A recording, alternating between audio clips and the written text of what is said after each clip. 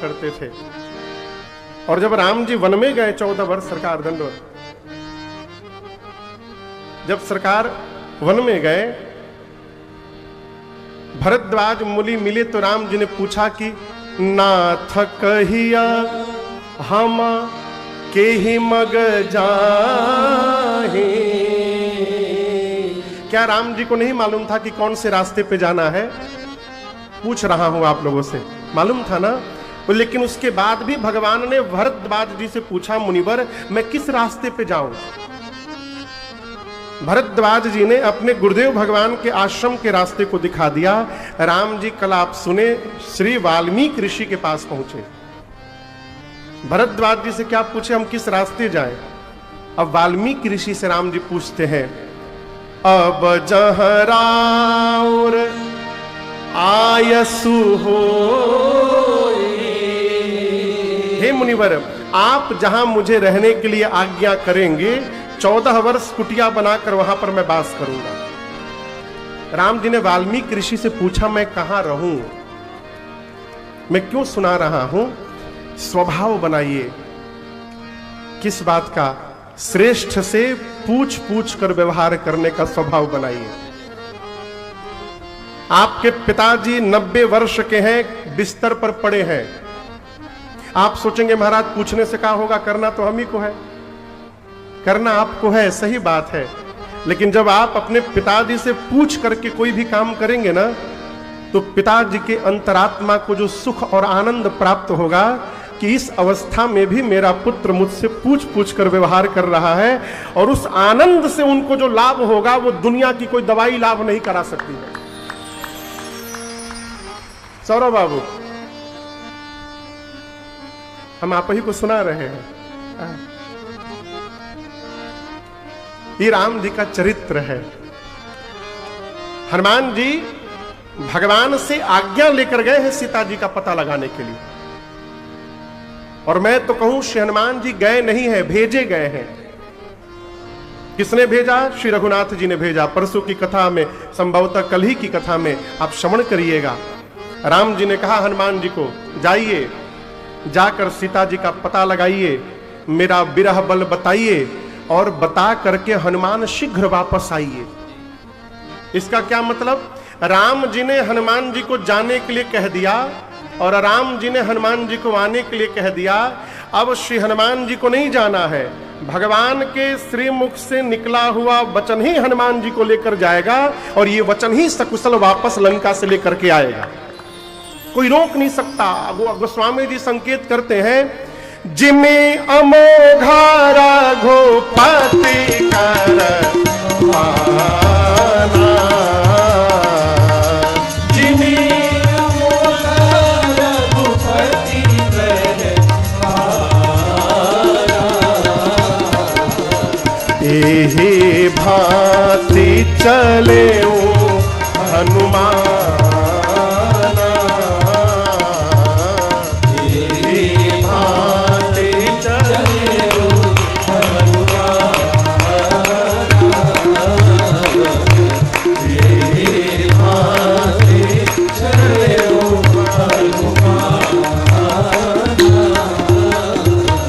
गोस्वामी जी कहते हैं जिस प्रकार भगवान श्री राम का अमोघ बाण जाता है। कौन सा बाण जाता है?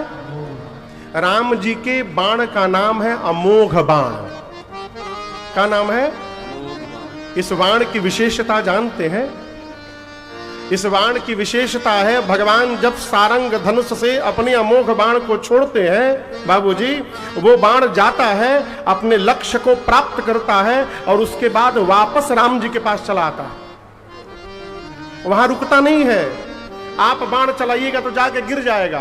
राम जी बाण चलाते हैं तो लक्ष्य प्राप्त करता है, और उसके बाद वापस राम जी के पास चला आता है। एलन मस्क की कंपनी स्पेस एक्स अब जाके रॉकेट बनाई है, जो ले जाकर सैटेलाइट को ऊपर लॉन्च करके नीचे आ जाती है अब। और हमारे धर्म ग्रंथों में त्रेता युग में इसका प्रमाण है कि भगवान का रॉकेट जाता है, तबाही मचाकर दुश्मन को समाप्त करके वापस राम जी के पास चला आता है। यह अमोघ बाण क्या हो? गोस्वामी जी कहते हैं जिस प्रकार राम जी का अमोघ बाण जाता है, उसी प्रकार आज हनुमान जी लंका जा रहे हैं। अमोघ बाण से तुलना क्यों की गई? क्योंकि आज हनुमान जी भी जाएंगे, लक्ष्य को प्राप्त करेंगे और सकुशल वापस लौट करके चले आएंगे। इनको कोई बीच में रोकने वाला नहीं है। ये आशीर्वाद का परिणाम है। इसलिए स्वभाव बने, कोई भी काम करिए जिसको घर में आप अपना श्रेष्ठ मानते हैं, उससे अनुमति ले करके करिए। भगवान ने वाल्मीकि ऋषि से कल पूछा, प्रभु हम कहां रहें? श्री वाल्मीकि जी ने 14 स्थान बताए, मैंने आपको निवेदन किया और उसके बाद कहा, राम जी आप जा करके चित्रकूट में वास करिए। भगवान चित्रकूट आए, देवता कोल की रात की वेश में आकर पहले से कुटिया बनाकर गए हैं। एक ललित लघु एक विशाला, एक छोटी कुटिया चोटी पर लक्ष्मण जी के लिए और नीचे बड़ी कुटिया राम जी के लिए। गोस्वामी जी कहते हैं राम जी जंगल में उस चित्रकूट के वन में ऐसे रह रहे हैं जैसे देवलोक में देवराज इंद्र अपने पुत्र जयंत और अपनी पत्नी मां सची के साथ रहते हो, उतने आनंद में। जिमे बासव बस अमरपुर सची जयंत समेत, भगवान उतने आनंद में है। अब गोस्वामी तुलसीदास जी महाराज कथा को यहां से लेकर श्रीधाम अयोध्या की ओर पहुंचे हैं। सुमंत जी को भगवान ने कल आपने श्रवण किया, श्रृंगवेरपुर गंगा तट से वापस अयोध्या विदा किया है। लेकिन हम आपको बतावें, सुमंत जी अयोध्या वापस लौटे नहीं हैं। पेड़ के नीचे रथ से घोड़ों को निकाल कर बांध दिए हैं और धरती पर बैठकर दक्षिण दिशा की ओर देख रहे हैं। केस बिखरे हुए हैं। निषाद राजगुह जब राम जी को छोड़ करके यमुना जी के तट से वापस श्रृंगवेरपुर पहुंचे हैं, तब जाकर क्या दर्शन किया? मंत्री बिकल बिलोकी निषादो, मंत्री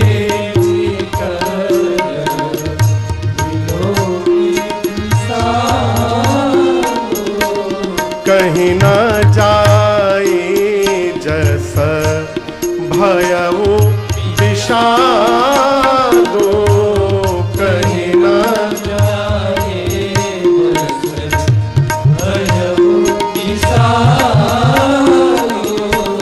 राम राम सिय लखन पुकारे, राम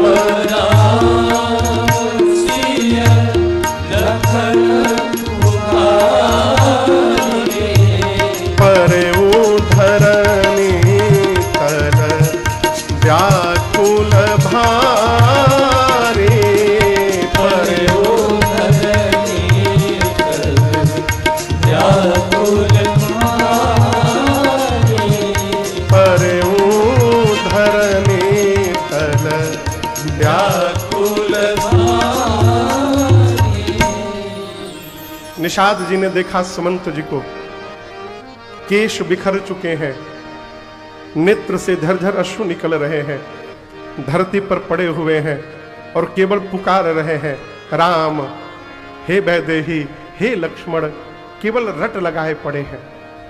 और इनको तो छोड़िए, जिस रथ पर बैठकर राम जी आए थे, उन रथ के घोड़ों की दशा देखिए। गोस्वामी जी लिखते हैं, वो घोड़े दक्षिण दिशा की ओर देखकर ही निहा रहे हैं। देखी दक्षिण दिश हय ही नहीं। बुरा न मानिएगा, एक बात बोलूं, हम इतने विकास कर गए हैं कि बगल में कोई गुजर जाता है ना, भरत भैया, बगल में कोई गुजर जाता है तो हम घरवा में कहते जल्दी से 2 पराठा खिला दो, घाट पे चले जाएंगे तो 5-6 घंटा खा नहीं पाएंगे। हम कितने संवेदना से हीन हो चुके हैं।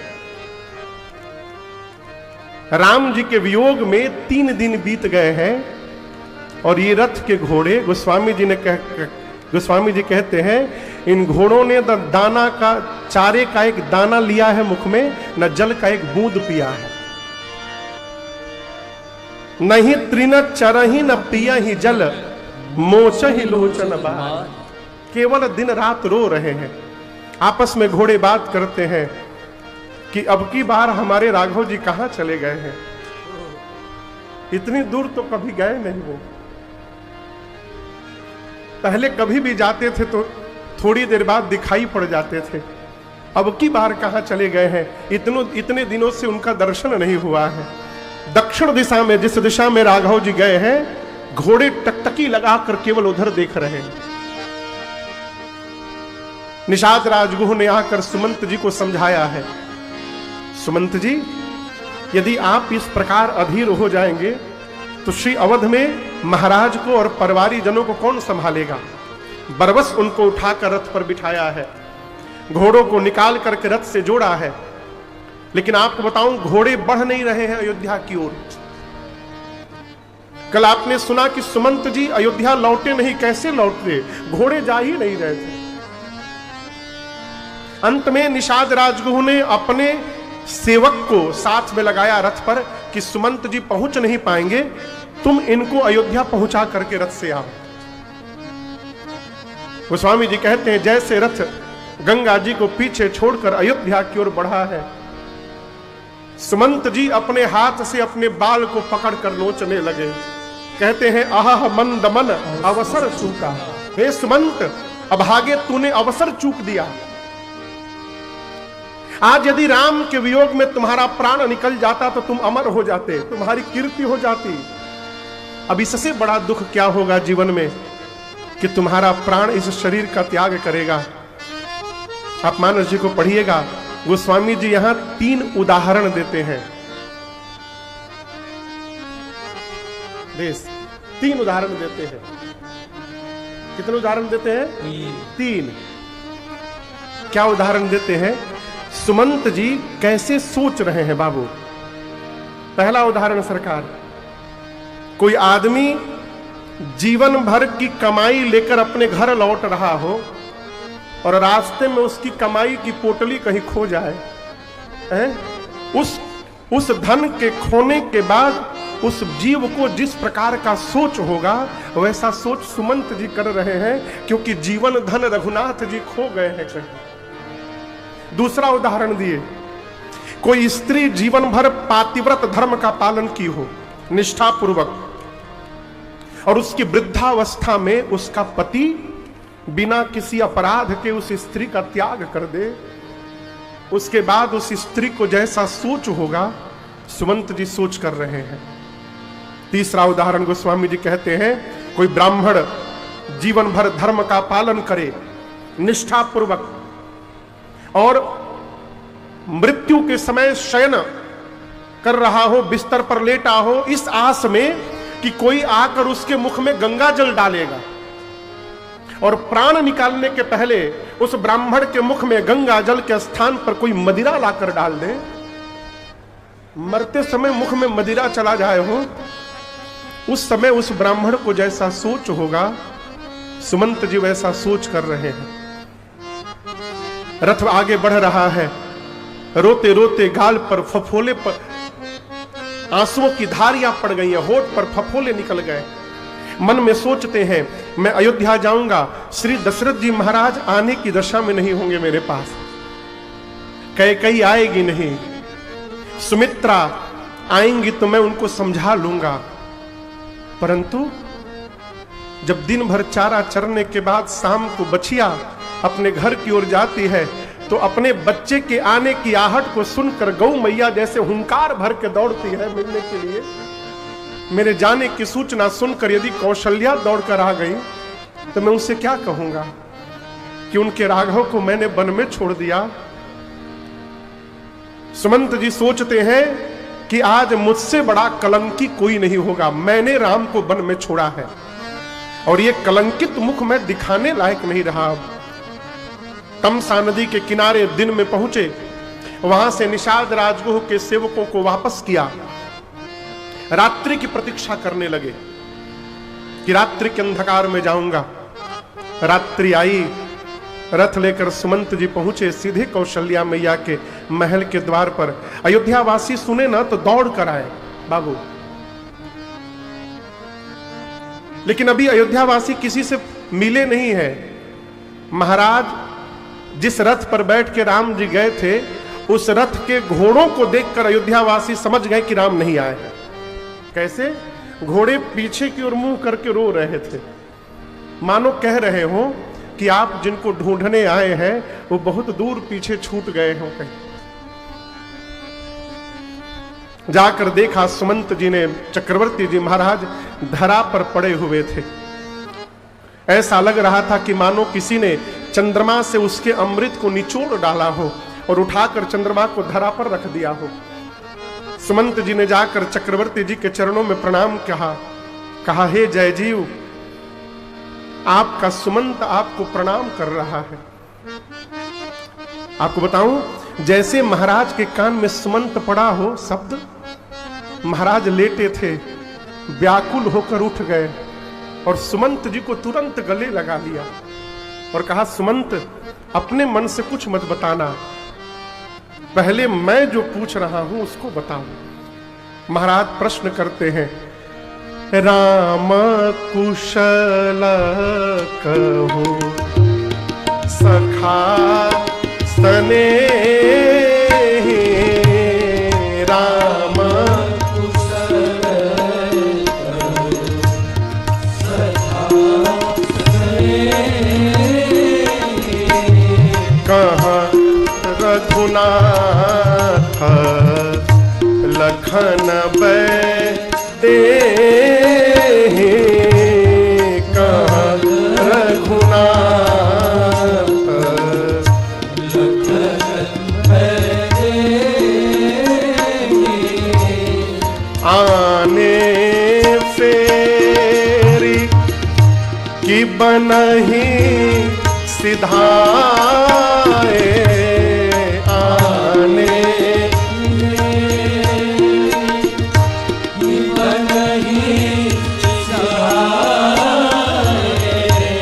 सुनत सचिव लोचन जल छाए, सुनत लोचन जल छाए, सुनत सचिव लोचन जल छाए। महाराज ने कहा, सुमंत मेरा राम कुशल है ना? मैंने कहा था लौटा कर वापस ले आना, लेकिन तुम्हारे पीछे न राम दिखाई पड़ रहे हैं, न वैदेही, न हमारा लक्ष्मण। लौटा कर लाए हो कि वापस वन में छोड़ के चले आए? इतना सुनते सचिव सुमंत जी रोने लगे। कहे, महाराज आप तो ज्ञानी हैं, आप धैर्य रखिए, इस जगत में राम को आपसे अधिक दूसरा कौन जानता है। सत्य की दुहाई देकर राम जी ने मुझे मना कर दिया प्रभु, और मेरी आंखों के सामने गंगा जी को पार करके दूर चले गए। आपको बताऊं, जैसे सुमंत जी ने यह बात कही कि राम जी लौट कर नहीं आए, महाराज के शरीर का प्राण कंठ यानी गले में आके फंस गया। भरत भैया, मैंने पढ़ा है कि जो मनुष्य जितना सात्विक होता है, उस मनुष्य के शरीर का प्राण शरीर के उतने ऊपर के अंग से निकलता है सरकार, और जो जितना अधिक तामसिक होता है उसका अंग शरीर के नीचे के भाग से निकलता है। हमारे गांव के बगल में एक स्थान है मैल चौराहा, वहां ब्रह्मर्षि देवराहा बाबा रहा करते थे। पता नहीं आप लोग उनका नाम सुने हैं कि नहीं सुने हैं। देवराहा बाबा कितने साल जीवित रहे किसी को पता नहीं। कोई कहता है 800 साल, कोई कहता है 700 साल। मैंने पढ़ा है कि उनका प्राण यहां से सिर फटा और इस ब्रह्मरंध्र से उनका प्राण निकला। महाराज दशरथ के शरीर का प्राण ऊर्ध्व गति किया, ऊपर की ओर बढ़ा और गले में आके फंस गया। प्राण कंठगत भयउ भुवानु, नीचे के सारे अंग शिथिल हो गए। ये दृश्य देखकर मां कौशल्या पांव पकड़ ली। मां ने कहा, महाराज धैर्य रखिए प्रभु, राम के वियोग रूपी समुद्र में जहाज बनकर अयोध्या डोल रही है और इस अयोध्या रूपी जहाज पर पूरा परिवार बैठा हुआ है। आप ही इस जहाज के नाविक हैं। यदि नाव को चलाने वाला नाविक ही न रहे तो जहाज को डूबने से कौन बचाएगा? मैं कहती हूं धैर्य रखिए। यदि आप धैर्य रखेंगे तो 14 वर्ष बाद राम स्वयं आकर आपको प्रणाम करेंगे। तब महाराज ने कहा, कौशल्या, आज मुझे धैर्य नहीं, आज मुझे उस अंधे माता पिता के श्राप की सुधि आ रही है। कौन अंधे माता पिता? श्रवण कुमार के माता पिता। यहां गोस्वामी जी संकेत करते हैं, तापस अंध शाप सुधि आई। उन्होंने शाप देकर मुझसे कहा था कि दशरथ, जिस प्रकार पुत्र के वियोग में हम मर रहे हैं, इसी प्रकार एक दिन अपने पुत्र के वियोग में तुम भी मरोगे।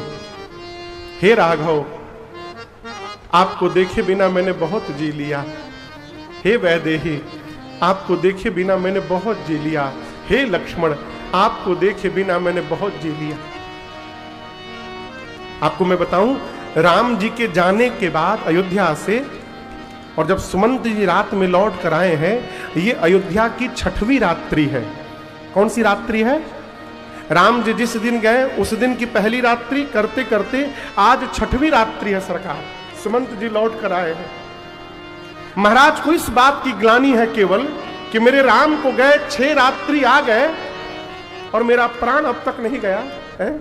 अब इससे बड़ा दुख जीवन में क्या होगा हो कि ये प्राण शरीर से बाहर निकलेगा। मानो महाराज प्रायश्चित कर रहे हो।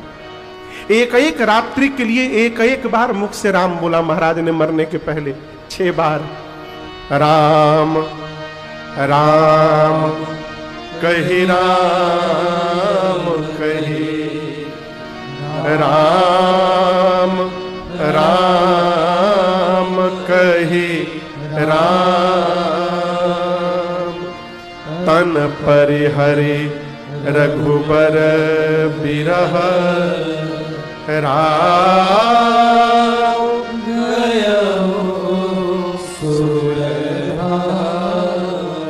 राम राम राम राम राम राम कह के महाराज ने तुरंत बिना विलंब किए अपने प्राण का त्याग कर दिया।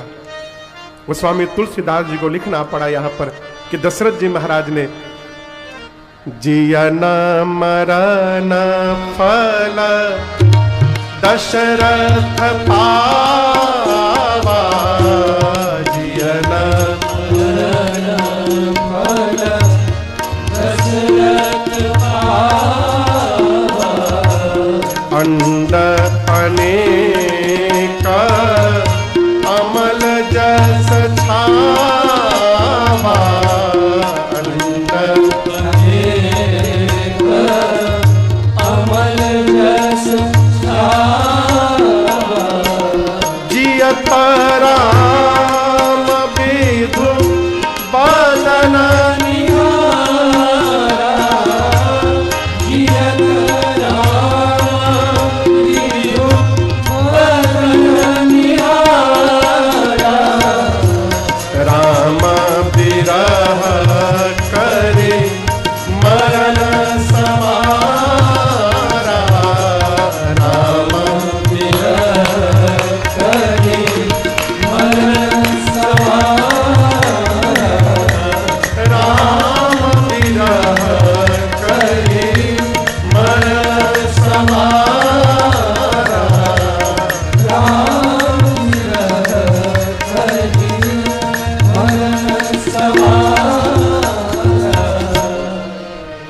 महाराज ने राम राम राम राम कह के प्राण त्याग दिया। गोस्वामी जी कहते हैं यही जीने का और मरने का सर्वश्रेष्ठ फल है। क्या फल है? महाराज जब तक जीवित रहे राम जी को देख करके जीवित रहे, और जब जगत से गए तो राम जी को स्मरण करते करते चले गए। यही मनुष्य के जीवन का सर्वश्रेष्ठ फल है। लेकिन आप ये ना समझिएगा कि इसमें क्या रखा है महाराज मरते समय राम राम जप लेंगे। एक आदमी गया अपने गुरु जी के पास और जाकर बोला, गुरुदेव मेरी पत्नी कहती है हमसे दिन रात भजन करो भजन करो, अब मैं व्यापार करूं कि भजन करूं? तो मैं उससे कह के आया हूं कि गुरु जी के पास जा रहा हूं, गुरु जी जिस समय कहेंगे भजन करने के लिए उसी समय करूंगा। वो तैयार हो गई है। तो हम आए हैं गुरुजी, ऐसा कोई समय बता दीजिए कि 24 घंटे में एक बार भजन कर लूं तो 24 घंटे का काम खत्म। एक बार करना पड़े 24 घंटे में। गुरुजी बोले तुम 24 घंटे की पूछ रहे हो, मैं तो ऐसा समय बता दूंगा कि जीवन में केवल एक बार कर लोगे तो जीवन भर का काम खत्म। बोला ऐसा भी हो सकता है गुरुदेव? गुरुजी बोले पक्का हो सकता है। बोला 24 घंटे वाला कैंसिल करिए, जीवन में एक बार वाला बता दीजिए गुरुजी। गुरुजी बोले मरने के 2 मिनट पहले शुरू हो जाना। कब करना भजन? मरने के 2 मिनट पहले शुरू हो जाना। कहा गुरुजी ये कैसे पता चलेगा कि अब मरना है? बोले यही तो बात है बेटा, कभी भी मरा जा सकता है, इसलिए विवेकी पुरुष को सदैव भजन में ही रहना चाहिए और भजन के साथ ही अपना व्यवहार भी करते रहना चाहिए। हमारे महाराज श्री कहते जो बचपन से राम राम नहीं कहेगा उसका 55 के बाद निकलने वाला नहीं है। इसलिए स्वभाव बनाइए, दिन में कुछ समय अकारण भी मुख से राम राम निकलता रहे। क्या होगा? राम कहने से तू तर जाएगा,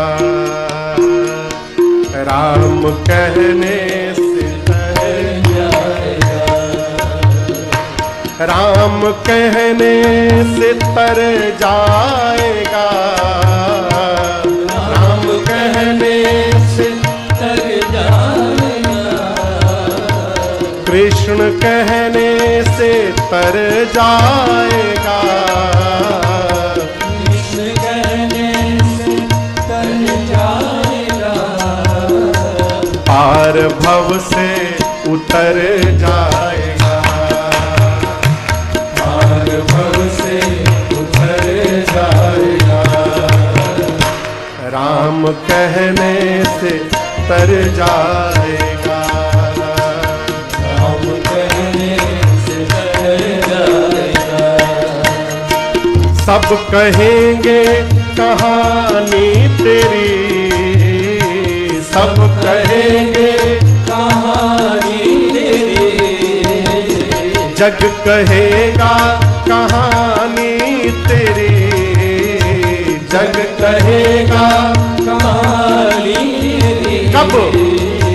काम ऐसा जो कर जाएगा, काम ऐसा जो कर जाएगा, राम कहने से तर जाएगा, राम कहने से तर जाएगा।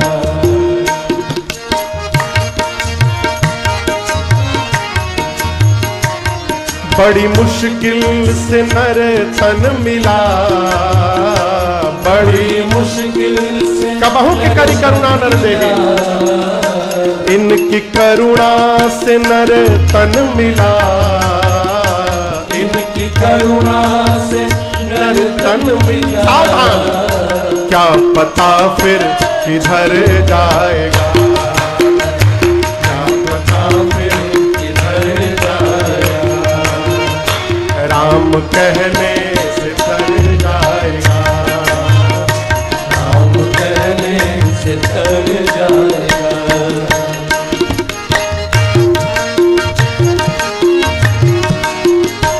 इनके आगे तू झोली फैला, इनके आगे तू झोली फैला, बस इनके आगे तू झोली फैला, इनके आगे तू झोली फैला, दाता झोली को भर जाएगा, दाता झोली को भर जाएगा, राम कहने से कर जाएगा, राम कहने से कर जाएगा।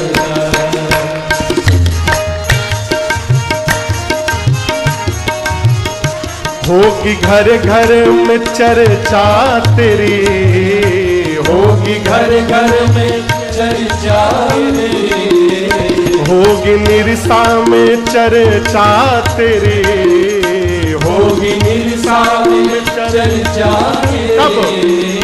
जिस गले से गुजर जाएगा, जिस गले से गुजर जाएगा, राम कहने से तर जाएगा, राम कहने गाइए। से तर जाएगा।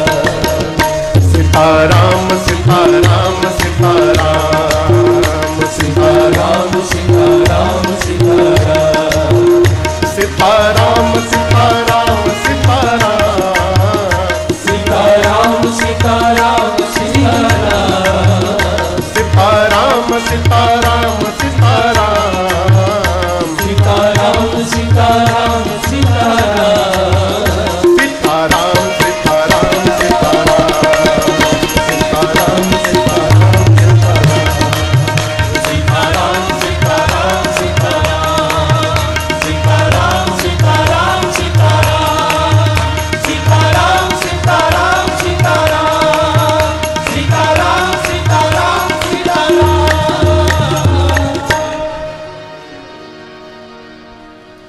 राम कहने से उतर जाएगा, पार भव से उतर जाएगा। महाराज ने राम राम कह के प्राण का त्याग किया। माताएं विलाप करने लगी। गुरुदेव भगवान श्री वशिष्ठ जी आए, आकर ज्ञान उपदेश किए। आप विडंबना देखिए, महाराज के कितने पुत्र हैं? बोलिए। 4 पुत्र हैं, परंतु आज अग्नि देने के लिए 4 में से एक भी पुत्र नहीं है सामने। गुरुदेव ने नाव में तेल भर करके और महाराज के पार्थिव शरीर को सुरक्षित कराया और दूतों को बुलाकर कहा कि आप लोग सीधे जाइए भरत जी के पास, जाकर केवल इतना कहिएगा कि गुरु जी ने याद किया है, शीघ्र चले। यहां जो घटना घटी है भूल कर भी भरत जी को बताइएगा मत। यदि भरत को पता चल गया कि उनके भैया वन में चले गए और पिताजी देवलोक चले गए, फिर भरत जी वहां से आने लायक नहीं बचेंगे। सेवक पहुंचे हैं अयोध्या के भरत जी के पास, और भरत जी ने जैसे सूचना सुनी है उसी वेश में भरत भैया दौड़ पड़े अयोध्या की। सीधे गए अपनी मां कैकेयी के महल के बाहर। मां कैकेयी ने द्वार पर आरती की थाल लेकर भरत भैया की आरती उतारी है, स्वागत किया, दुलार किया, भीतर ले गई, कक्ष में बिठाया है।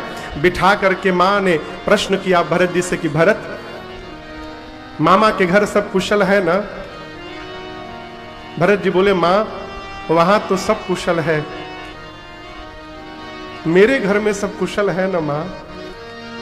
कैकेयी मियां बोली क्यों पूछ रहे हो?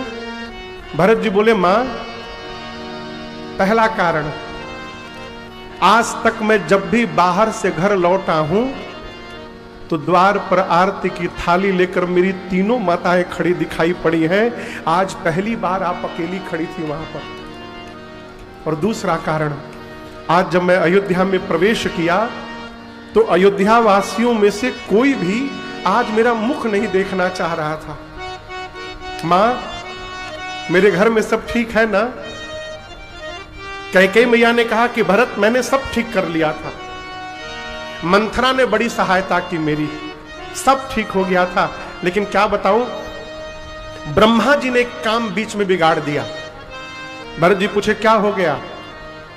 कैकेयी मैया ने कहा लाला सब ठीक हो गया था, क्या बताऊं अचानक आपके अब पिताजी नहीं रहे। गोस्वामी जी कहते हैं भरत भैया सुने कि पिताश्री नहीं रहे, तात तात हा तात पुकारे, हे तात कह के भरत जी खड़े खड़े धरा पर गिर पड़े।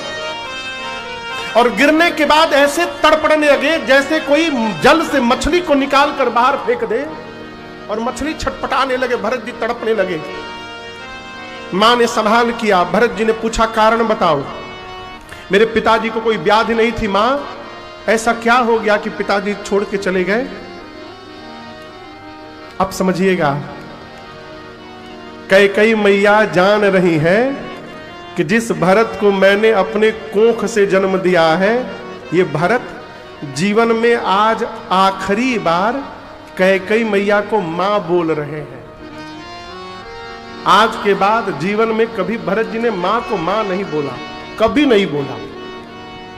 और एक स्त्री के लिए इससे बड़ा कष्ट नहीं हो सकता कि उसका अपना पुत्र ही उसको मां कहने से मना कर दे।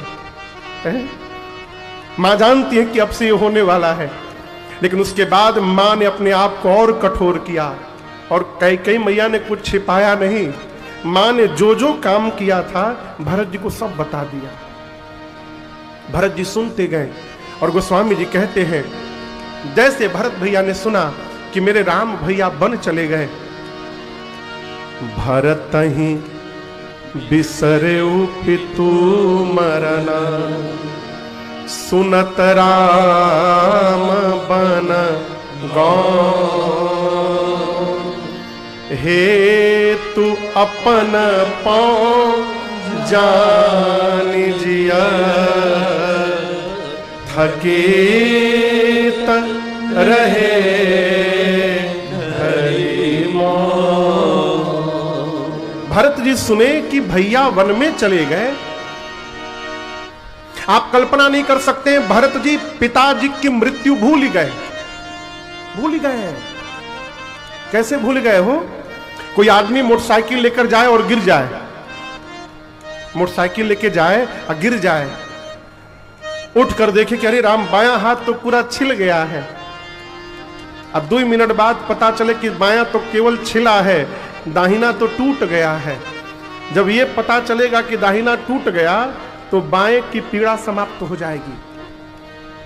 जीवन में जब बड़ा दुख आ जाए तो बड़े दुख के आगे छोटा दुख समाप्त हो जाता है। भरत जी अब तक रो रहे थे कि पिताजी नहीं रहे, और जैसे सुने कि राम भैया वन चले गए, पिताजी की मृत्यु भूल गए। भरत जी स्तब्ध होकर वहीं बैठे हुए हैं। इतने में मंथरा आई है। भरत जी को देख करके लाड़ लड़ाने का प्रयास की, शत्रुघ्न भैया बर्दाश्त नहीं कर पाए, पकड़े बाल मंथरा का घसीटे और मारे कुबर पर 1 लाख। भरत भैया ने छुड़वाया है शत्रुघ्न जी से। और यहां पर भरत जी ने मां कैकेयी को कुछ कहा है। क्या कहा है वो भरत जी जाने और कैकेयी मैया जाने। पाठ करने में तो पढ़ लीजिएगा, अलग से मत पढ़िएगा, क्योंकि भरत जी ने जो मां को कहा है, कैकेयी मैया उसकी अधिकारिणी नहीं है। इतना कठोर कह दिया भरत जी ने कैकेयी मैया को, मां वो सुनने की अधिकारिणी नहीं है मां। भरत जी यहां से दौड़ कर गए मां कौशल्या के पास। आप इस दृश्य की कल्पना करिए। गोस्वामी जी लिखते हैं, भरत जी मां कौशल्या के पास गए, मां रो रही हैं कौशल्या जी। आपसे पूछ रहा हूं, आंख में जब आंसू भरा हो तो क्या सामने साफ साफ दिखाई देता है? बोलिए, कैसा दिखता है? धुंधला दिखता है ना। कौशल्या मैया रो रही थी, आंख में आंसू भरे थे। द्वार पर, कक्ष के द्वार पर भरत जी आके खड़े हो गए। सरकार, भरत जी और राम जी दोनों देखने में एक जैसे हैं। मां को स्पष्ट नहीं दिखाई पड़ा, मां को धुंधला दिखाई पड़ा। सांवला रंग जब दिखाई पड़ा ना, कौशल्या मैया को लगा कि रघुनाथ जी आ गए, राम आ गए। गोस्वामी जी लिखते हैं, भरत ही देखी मात उठी धाई। मां द्वार पर देखी, भरत भैया को, मां को लगा राम जी आ गए। मां मिलने के लिए इतनी विह्वल हो गई, दौड़ पड़ी और द्वार तक पहुंची नहीं, बीच में जाते जाते मूर्छित होकर गिर गई। बेहोश होकर मां गिर गई। भरत जी आके मां के गुड़वा से लिपट गए। जब मां की मूर्छ आ गई, देखिए भरत जी हैं। भरत भैया को मां ने अपने गोद में बिठा लिया। और यहां गोस्वामी जी कहते हैं, भरत जी मां से पूछते हैं, मां तू तात कहां देहु दिखाई, मां तू तात कहां देहु दिखाई, कहां सिया रामा लखन दो भाई,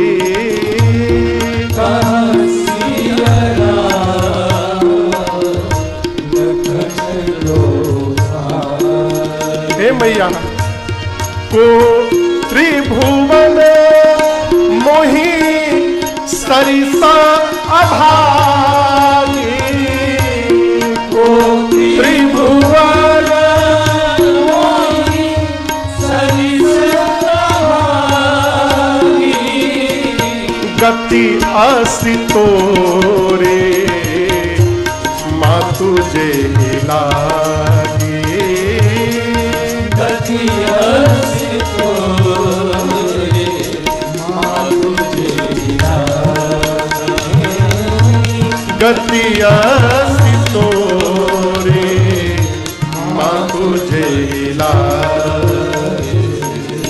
भरत जी कहते माँ पिताजी कहाँ हैं, मेरी भाभी कहाँ है, मेरे भैया राम और भाई लक्ष्मण कहाँ है। भरत जी कहते माँ कौशल्या से माँ आज त्रैलोक्य में तेरे भरत से अभागा दूसरा कोई पुत्र नहीं होगा। माँ ने कहा तुम अपने आप को अभागा क्यों कह रहे हो। भरत जी बोले जिस पुत्र के कारण माँ के मांग का सिंदूर मिट जाए उससे अभागा कौन हो सकता है माँ। और आप मानस जी को पढ़िएगा, यहाँ भरत भैया ने 28 पाप गिनाए हैं मां कौशल्या को। कितने पाप? 28। कहते मां जो पाप गुरु की हत्या से लगता है मुझे लग जाए। यदि राम भैया के वन जाने में मेरी तनिक भी भूमिका है तो जो पाप गुरु हत्या से लगता है मैं लेने को तैयार हूं मां। जो पाप माई बाप की हत्या से लगता है मुझे लग जाए। जो पाप अंक में पल रहे संतान की हत्या से लगता है मुझे लग जाए मां। ऐसे करते करते भरत जी 28 पाप गिना गए। तब कौशल्या मैया बोली तुम बोल लिए ना, बोल लिए ना, अब मैं बोल रही हूं उसको सुनो। सूर्य के आने के बाद अंधकार समाप्त हो जाता है, होता है कि नहीं होता है। सूर्य के आने के बाद अंधकार समाप्त हो जाता है, परंतु भरत ये संभव है कि किसी दिन अंधकार ही सूर्य को समाप्त कर डाले। यह भी संभव है कि पूरा का पूरा आकाश एक छोटे से बादल में समा जाए, यह हो सकता है। यह भी हो सकता है भरत कि जल से निकलने के बाद मछली मरे नहीं जीवित रह जाए, हो सकता है। यह भी हो सकता है कि ज्ञान होने के बाद भी मोह समाप्त न हो। लेकिन मैं एक बात कहूं, मेरा भरत अपने भैया राम के विरुद्ध जाकर जीवन में कोई व्यवहार करेगा, यह किसी युग में नहीं हो सकता है भरत, यह असंभव है, यह कदापि नहीं हो सकता। और सुनो, जो भी ये कहेगा कि राम के वन जाने में भरत की भूमिका है, उस व्यक्ति को सपने में भी सुगति प्राप्त होने वाली नहीं है। रात भर मां भरत भैया को अपने हृदय से लगाई रही और भरत जी यही कह के रोते रहे, मां मोरा जनमा रघु बर बनला। मां मेरा जन्म ही भैया को वन भेजने के लिए हुआ है। पूरी रात रोते रहे। सवेरा हुआ, गुरुदेव भगवान आए। सरजू जी के किनारे चंदन की लकड़ी की चिता सजाई गई और गुरु आज्ञा प्राप्त करके भरत भैया ने पिताजी को अग्नि दी है, मुखाग्नि दी। उसके बाद श्राद्ध कर्म हुआ, दशकर्म हुआ, श्राद्ध कर्म हुआ, विधिवत हुआ। और भरत भैया ने अपने पिताजी का जो श्राद्ध कर्म किया है, गोस्वामी जी कहते हैं 1 लाख मुख से उसका वर्णन किया जाए तो कम पड़ेगा। 100 मुख लाख जाए नहीं बरनी। माता पिता का श्राद्ध हो ना, बड़ी श्रद्धा से करनी चाहिए। लेकिन आजकल तो ऐसा समय आ गया है, माई बाप बच्चे कहते हैं कि 9 दिन 12 13 दिन 15 दिन छुट्टी जॉब से नहीं मिलेगा, 3 दिन में निपटा दीजिए। जीवन भर माई बाप सनातनी रहते हैं, मरते समय बाल बच्चे उनको आर्य समाजी बना देते हैं, 3 दिन में निपटा दीजिए। जिस मां ने तुमको 9 महीना अपने पेट में रखा है, उस मां के लिए यदि तुम्हारे पास 15 दिन नहीं निकल पा रहे हैं, तुम मनुष्य कहलाने के अधिकारी नहीं हो, तुमसे अच्छे पशु हैं। भरत जी ने श्राद्ध कर्म किया है। 2 दिन बाद अयोध्या में श्रद्धांजलि सभा बैठी है, पूरा परिवार समाज बैठा है। गुरुदेव भगवान वशिष्ठ जी ने भरत जी को अपने बगल में बुला करके बिठाया। जानते हैं क्यों बगल में बिठाया? बाबू, बगल में क्यों बिठाया पता है? जिसको समझाना होता है ना, उसको पास में बिठाया जाता है। भरत वशिष्ठ निकट बैठा है और बिठा करके पहले जगत की नायक चर्चा किए, फिर महाराज के वचनों के प्रति राम जी की निष्ठा की चर्चा किए, फिर राम जी के चरणों में सीता जी और लक्ष्मण जी की निष्ठा की चर्चा किए। और इतनी चर्चा करते करते गोस्वामी तुलसीदास जी कहते हैं, गुरु जी जो समझाने बैठे हैं, गुरुदेव भगवान वशिष्ठ जी बिलख बिलख के रोने लगे। बिलखी कहे मुनीना। तो यहां प्रश्न आता है कि समझाने वाला ही रो रहा है। रघुवंश के सद्गुरुदेव भगवान श्री वशिष्ठ जी रो रहे हैं। क्यों रो रहे हैं जानते हैं? जब गुरु जी राम जी के प्रति लक्ष्मण जी और सीता मैया की निष्ठा बता रहे थे, तो बताते बताते मन में सोचने लगे कि मेरे से श्रेष्ठ तो लक्ष्मण और जानकी हैं।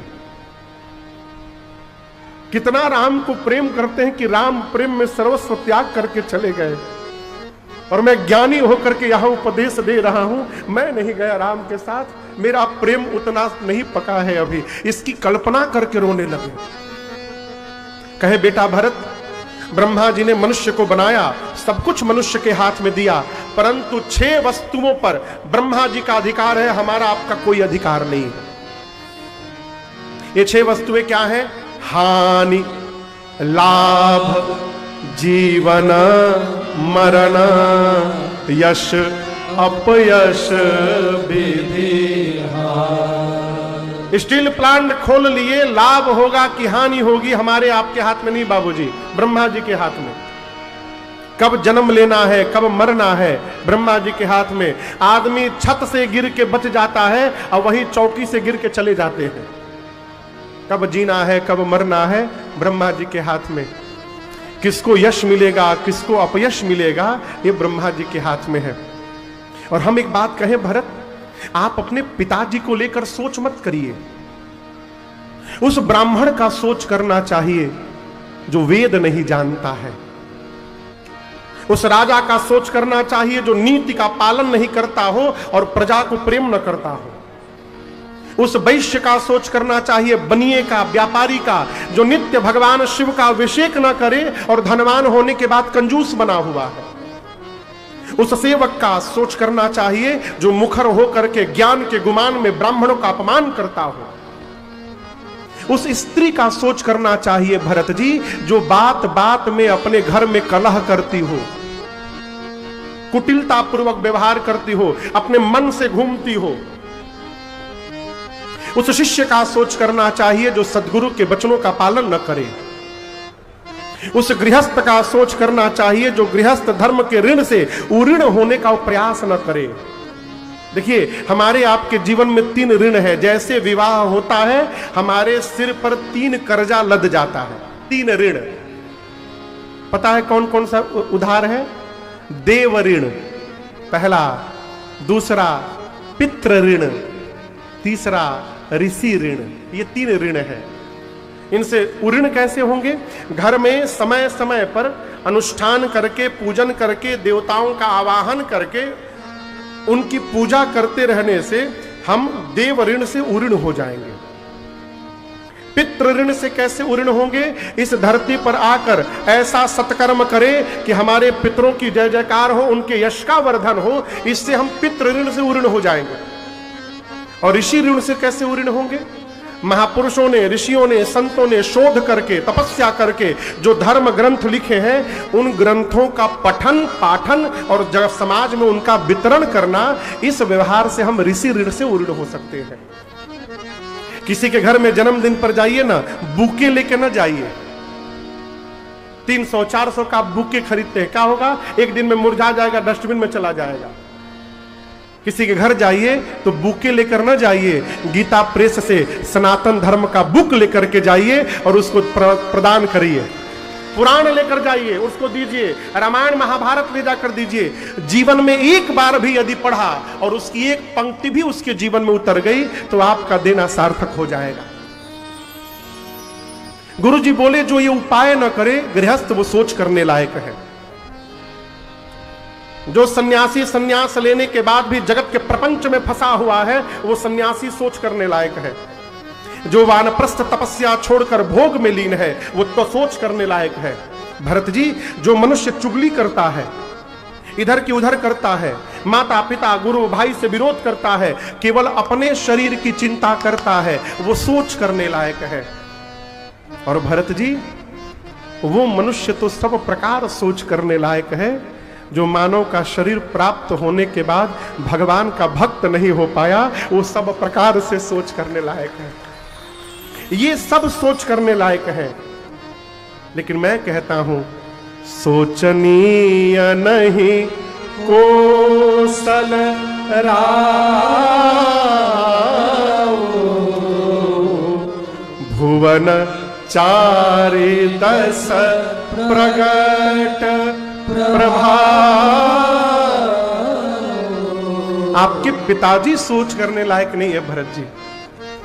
मैं तो कहता हूं आपके पिता जैसा पिता न कभी हुआ था, आपके पिता जैसा पिता न वर्तमान में धरती पर है, और भरत अब आपके पिता जैसा पिता भविष्य में होने वाला भी नहीं है। भयऊ न अहई न अब होनिहारा, भूप भरत जस पिता तुम्हारा। मैं क्या क्या बताऊं आपको पिताजी के बारे में। जिस महाराज के जाने के बाद इंद्र अपना सिंहासन आधा रिक्त कर देते हो, जिस महाराज की प्रशंसा ब्रह्मा शंकर विष्णु करते हो, जिस महाराज के आंगन में राम बालक बन के खेल रहे हो, आप लक्ष्मण और शत्रुघ्न जैसे जिनके पुत्र हो, उस महाराज की प्रशंसा कोई क्या करेगा। हम तो कहते हैं भरत सब प्रकार भूपति बड़ भागी। आपके पिताजी सब प्रकार बड़ भागी थे। और एक बात सुनिएगा, आपके पिताजी को प्राण से प्रेम नहीं था, वचन से प्रेम था। यदि महाराज को प्राण से प्रेम होता तो प्राण बचाते, वचन छोड़ देते। लेकिन आपके पिताजी ने वचन को बचाया, प्राण का त्याग किया। यही बात जानकर आपके भैया राम एक वचन मान करके वन में चले गए। भरत, दूसरा वचन मान करके आप राजा बन जाइए ना, कोई बुरा नहीं कहेगा आपको। सरकार, यहां पर भरत जी ने 2 प्रश्न किया है गुरु जी से।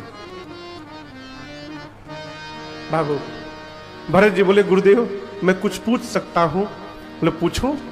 भरत जी ने कहा कि गुरुदेव क्या आपको लगता है कि आप यदि मना करते तो राम भैया न मानते, वन चले जाते? गुरु जी बोले नहीं भरत, यदि मैं राम को रोक देता तो राम वन न जाते। भरत जी ने कहा फिर आपने क्यों नहीं रोका मेरे भैया को? गुरु जी बोले भरत, आपके पिताजी ने कैकेयी को वचन देने के पहले राम की सौगंध ले ली थी।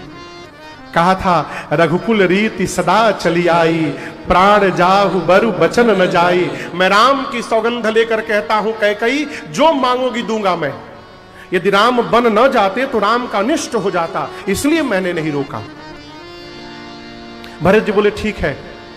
कैकेयी ने पहले वचन में मेरे लिए राज सत्ता मांगा, दूसरे वचन में भैया का वनवास मांगा था। आप रोक नहीं सकते थे। ये तो कह सकते थे महाराज पहले वचन को पहले पूरा किया जाए और दूसरे वचन को बाद में पूरा किया जाए, इतना कह सकते थे ना। गुरु जी बोले भरत ये तो मैं कह सकता था। भरत जी बोले आपने क्यों नहीं कहा गुरुदेव, आपने क्यों नहीं कहा? मैं जैसे राजा बनता, मैं राजा बनते राज आज्ञा पारित कर देता कि अब मेरे भैया वन नहीं जाएंगे, भैया अयोध्या में रह जाते और मैं पूरी सत्ता भैया के चरणों में समर्पित कर देता। गुरुदेव आपने क्यों नहीं किया ऐसा? गुरुदेव निरुत्तर हो गए। थोड़ी देर मौन रहने के बाद बोले भरत मुझे तो लग रहा है कि आपके भैया ही वन जाना चाहते थे, इसलिए ये भाव उस समय मेरे मन में आया ही नहीं। अब तो जो हो गया सो हो गया। भरत देखो मैं कहता हूं पिता जिस पुत्र को सत्ता देता है वही पुत्र उस सत्ता का अधिकारी होता है। आपको बताऊं ये भरत जी बात, गुरु जी बात क्यों कह रहे हैं? गुरुदेव भगवान वशिष्ठ जी भी नहीं चाह रहे हैं कि भरत जी राजा बने, नहीं चाह रहे हैं। लेकिन समाज का व्यवहार है कि बोलना पड़ रहा है कि भरत राजा बनो।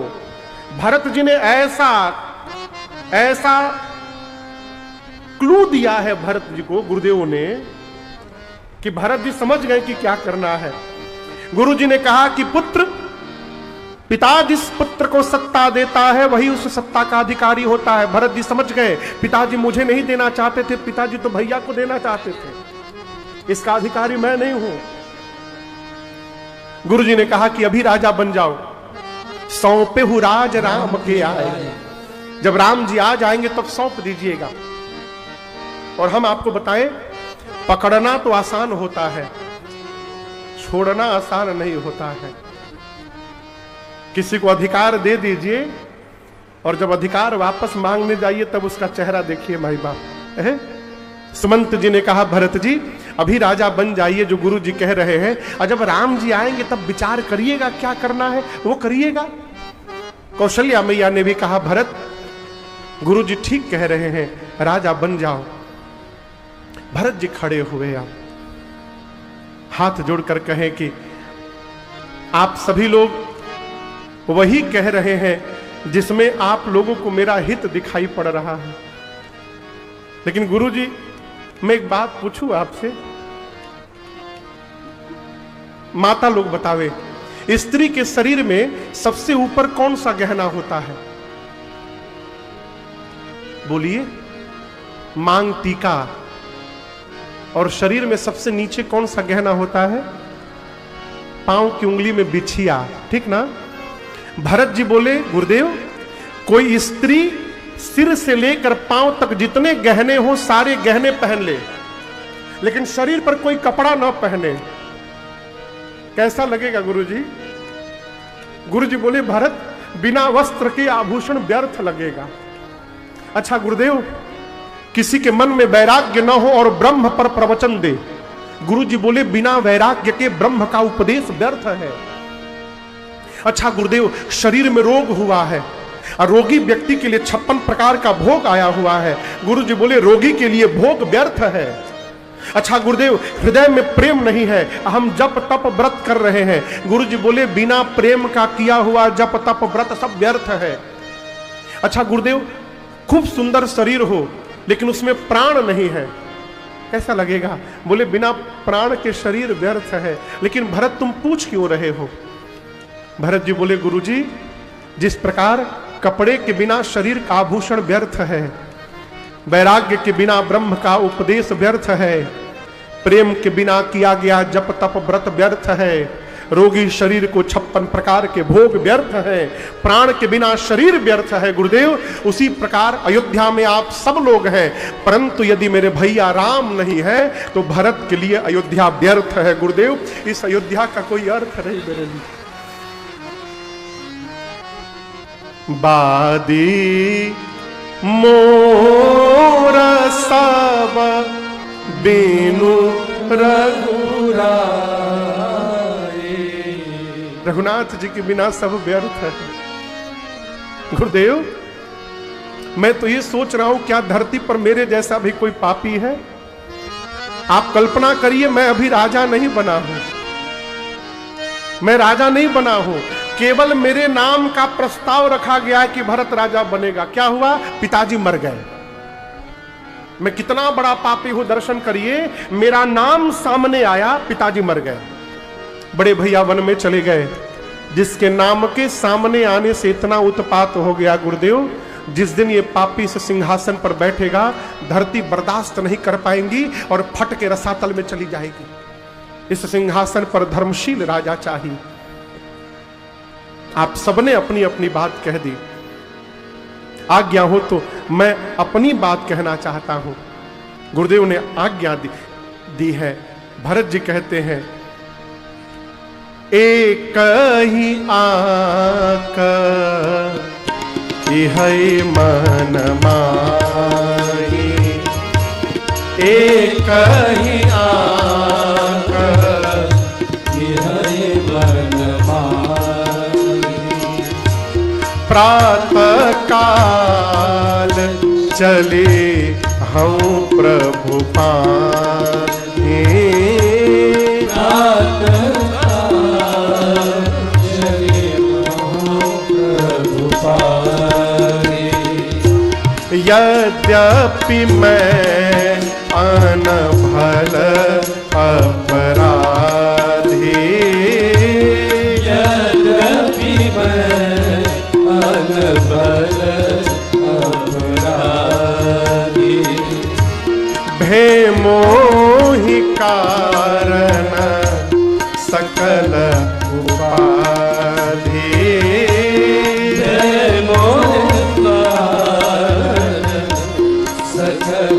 उसके बाद भी मुझे विश्वास है।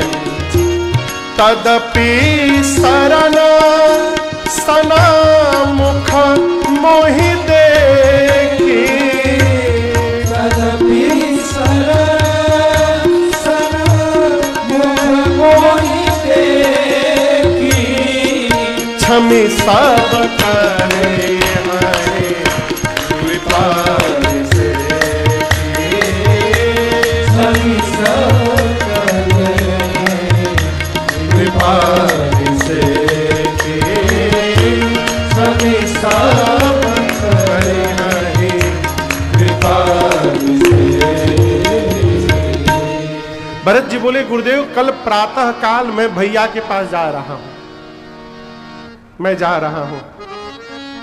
और गुरुजी मैं आपसे पूछ नहीं रहा हूं, मैं आपको बता रहा हूं कि मैं जा रहा हूं। हाँ। मुझे पता है कि मेरे कारण ही सारा उत्पात हुआ है मेरे घर में, मैं ही अपराधी हूं। लेकिन एक विश्वास है, जैसे मैं भैया के सन्मुख जाऊंगा मेरे सभी अपराधों को क्षमा करके और वो दौड़कर मुझे अपने हृदय से लगा लेंगे। ये मेरा विश्वास और भरोसा है उन पर। मोहि रघुबीर भरोस। जैसे भरत जी ने चित्रकूट जाने की बात कही, पूरी अयोध्या की प्रजा भरत जी की जय जयकार करने लगी। आपको बताऊं उस रात्रि अयोध्या में कोई सोया नहीं था। कहे अयोध्यावासी सोचे राम जी के साथ गए थे, तमसा के किनारे सो गए तो राम जी छोड़ के चले गए। आज कहीं अयोध्या में सो गए और भरत जी छोड़ के चले जाएंगे, तब कोई नहीं सोया। भरत जी पवित्र सेवकों को बुलाकर अयोध्या के रख रखाव का भार सौंपा। गुरुदेव भगवान से भरत जी ने कहा, गुरुजी आज्ञा हो तो अभिषेक की सामग्री ले लूं, आप वन में चलते भैया का रास तिलक कर दीजिएगा। गुरुजी बोले सब ले लो। अभिषेक की सामग्री लिए, रथ पर गुरुदेव भगवान को बिठाएं, पालकी पर माताओं को बिठाएं और पूरे समाज को लेकर भरत भैया अयोध्या से चित्रकूट की ओर चले। बाबा कहते हैं, अरे भरत चले चित्रकूट हो रामा, राम को मनाने। भरत चले चित्रकूट हो राम को मनाने। भरत चले चित्रकूट हो रामा, राम को मनाने। भरत चले चित्रकूट हो राम को मनाने। राम को मनाने भैया राघव को मनाने। राम को मनाने भैया राघव को मनाने। राम को मनाने सिया लखन को मनाने। राम को मनाने सिया लखन को मनाने। भैया भरत चले चित्रकूट हो रामा, राम को मनाने। भरत चले चित्रकूट हो रामा, राम को मनाने। सिया राम को मनाने। सिया राम को मनाने। पूरा समाज भरत जी के साथ चलने लगा। आपको बताऊं, सब लोग अपने अपने वाहन पर बैठ कर गए, माताएं पालकी पर बैठ कर गई, गुरुदेव भगवान रथ पर बैठ कर गए, लेकिन भरत जी और शत्रुघ्न जी न रथ पर बैठे, न घोड़े पर बैठे, न हाथी पर बैठे। बाबा कहते हैं बन सिया रामा समूझी मन माहे सानुज भरत प्यारे जाए। भरत भैया और शत्रुघ्न भैया अयोध्या से पैदल पैदल चलना प्रारंभ किए। कैसे चलना प्रारंभ किए? जोर से बोलिए, पैदल पैदल। क्यों? भरत जी सोचे कि मेरे भैया वन में हैं और मैं उनसे मिलने जाऊंगा तो मैं गाड़ी पर बैठ के जाऊंगा, रथ पर बैठ कर जाऊंगा, पैदल जाऊंगा। कौशल्या मैया ने आकर कहा, भरत यदि शीघ्र चाहते हो कि राम के पास पहुंचा जाए तो मैं कहती हूं रथ पर बैठो। भरत भैया मां की बात मानकर रथ पर बैठे। पहले दिन पूरा समाज तमसा नदी के किनारे विश्राम किया है। दूसरे दिन गोमती मैया के किनारे विश्राम हुआ है। इधर इधर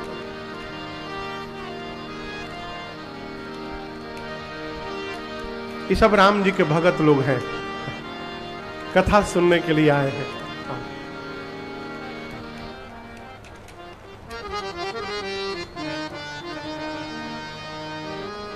ओ झाड़ दो झाड़ दो झाड़ दो झाड़ दो।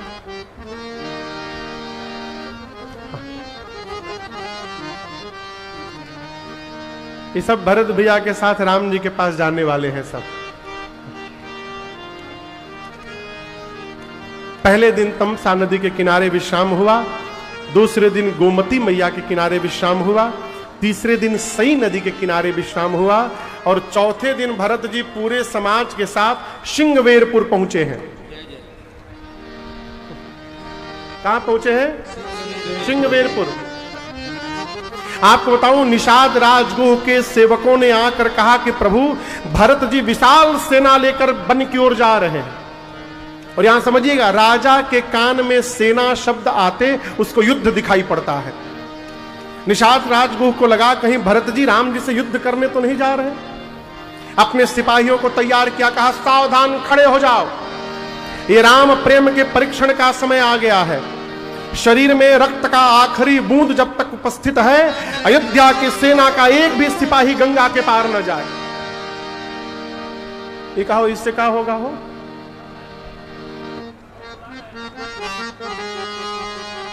तो स्प्रे है महकने वाला, और ये महक के सब इधने आएंगे। ए चाचा, वो महक महक के सब इधर आ जाएंगे।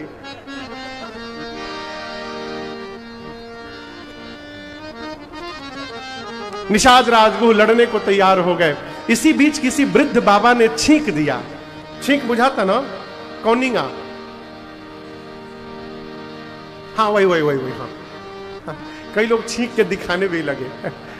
एक बाबा ने छींक दिया तो एक ने कहा कि महाराज शगुन बता रहा है कि भरत जी राम जी से युद्ध करने नहीं जा रहे हैं, भरत जी राम जी को प्रेम करने जा रहे हैं। मैं कहता हूं पहले भरत जी के भाव को समझिए, फिर कोई निर्णय लीजिए। निषाद राज गुह उपहार लेकर गए और दूर से उपहार रखकर दंडवत करते हैं धरती पर।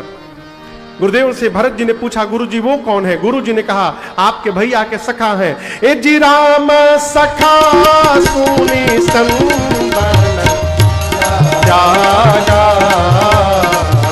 राम सखा सुनी संबल जागा, चले उतरे उमगत अनुरागा, चले उतरे उमगत अनुरागा, गाँव जाति गुह नाव सुनाए, गाँव जाति गुह नाव सुनाए,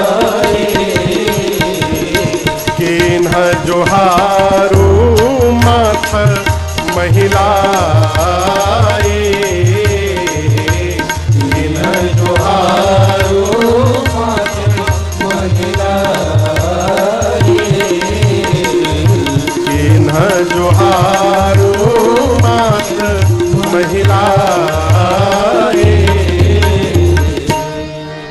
जैसे भरत भैया ने सुना कि मेरे भैया राम के सखा हैं, भरत जी रथ से कूद पड़े। एक भोजपुरी के शब्द है संघाती, सुने हैं आप लोग? संघाती माने दोस्त।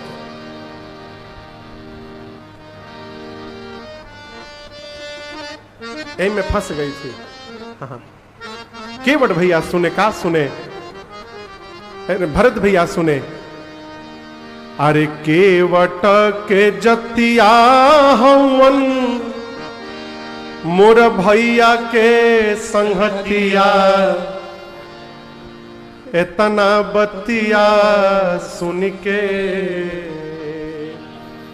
केवट के जतिया हवन मोर भैया के संगतिया, इतना बतिया सुन के भरत जी हो गई ले अधीर, इतना बतिया सुन के।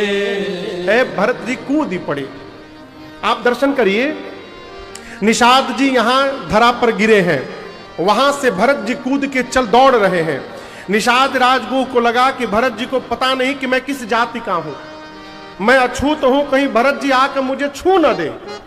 इसलिए भरत जी को सुनाने के लिए निषाद राज जी जोर जोर से बोलने लगे, गावा जाति गुहा नाम गाँव जाति गुहा नाम सुनाए, के न जोहारो मात महिला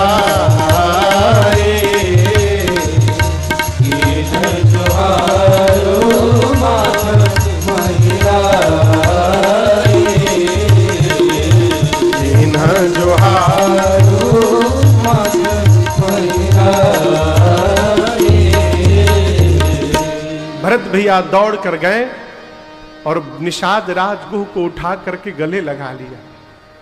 यहां लोग कहते अरे राम राम, भरत जी क्या कर रहे हैं? एक अछूत को भरत जी ने गले लगा लिया।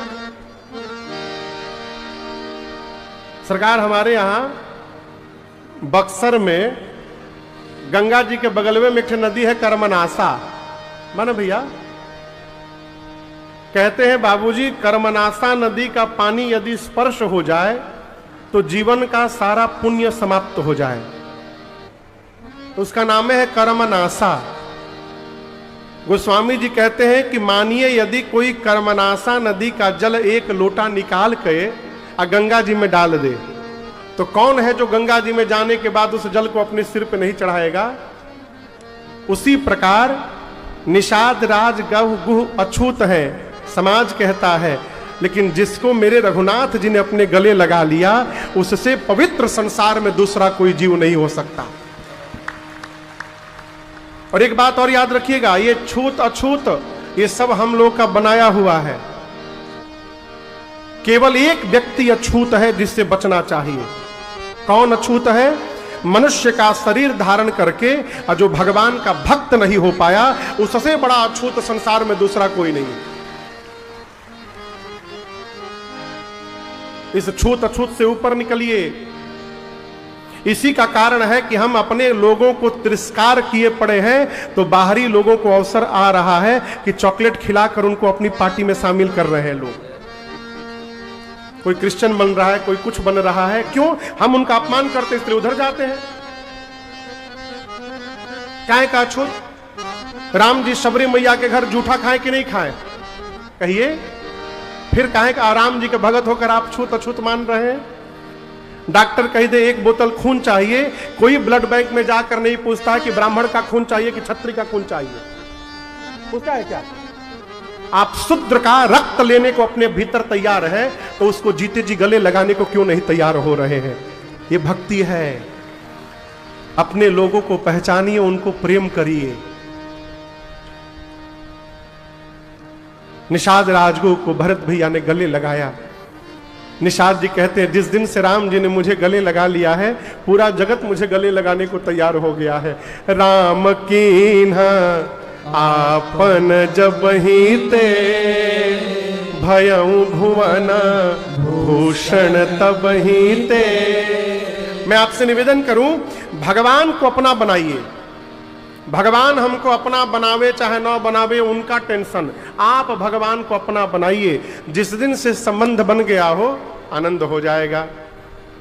आप मुझे देखिए ना, हमरे जैसन करोड़ों राजन भीख मांगत हुई हैं, एक दूना करोड़ों राजन। अरे मुझे कौन पूछता था तेरी बंदगी से पहले, मुझे कौन पूछता तेरी बंदगी से पहले, मुझे कौन पूछता, मुझे कौन पूछता था तेरी बंदगी से पहले, मुझे कौन बंदगी, तेरी बंदगी से पहले, मुझे कौन पूछता। भगवान से संबंध बनाइए, जैसा मन करे वैसा बनाइए। भगवान कुछ भी बनने को तैयार है।